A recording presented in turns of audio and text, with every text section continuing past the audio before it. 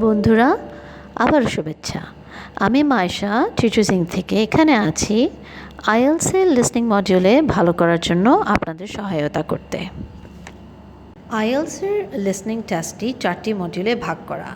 প্রতিটি module difficulty লেভেলে বাড়তে থাকে, অর্থাৎ 4টি মডিউলের সফর শুরু হয় সহজ থেকে কিন্তু শেষ হয় কঠিনে গিয়ে।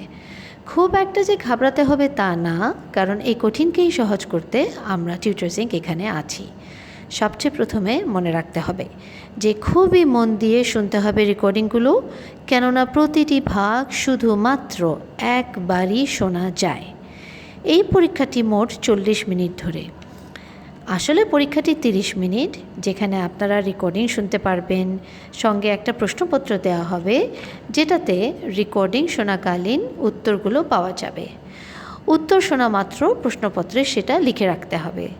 শেষের 10টি মিনিট সময় দেওয়া হয় আপনাদের প্রশ্নপত্র থেকে উত্তরগুলো আনসার শিটে লিখতে।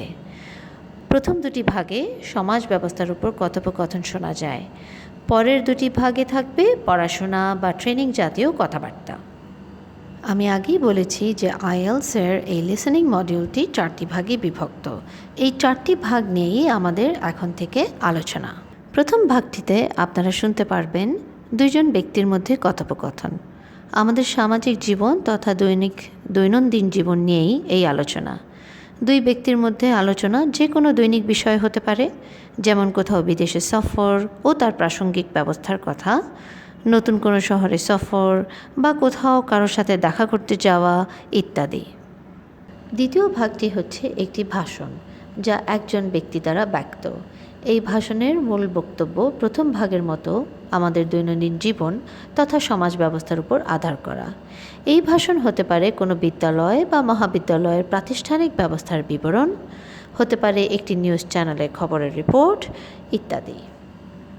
তৃতীয় ভাগটি হলো 4জন ব্যক্তির মধ্যে কথোপকথন। সাধারণত বিদ্যা বা ট্রেনিং এই কথোপকথনের মূল বিষয়বস্তু, যেমন একজন শিক্ষক তার 3 ছাত্রছাত্রীকে পড়া বোঝাচ্ছেন, অথবা 4জন ছাত্রছাত্রী কোনো প্রজেক্ট নিয়ে রিসার্চ করবে, সেই আলোচনা এই ভাগে শোনা যেতে পারে। শেষ ভাগটি হলো একজন বক্তার বক্তব্য বা ভাষণ। এই ভাষণের মূল বিষয়বস্তু হলো বিদ্যার্জন বা কোনো ইউনিভার্সিটির শিক্ষা ব্যবস্থার সুযোগ সুবিধা নিয়ে কথা।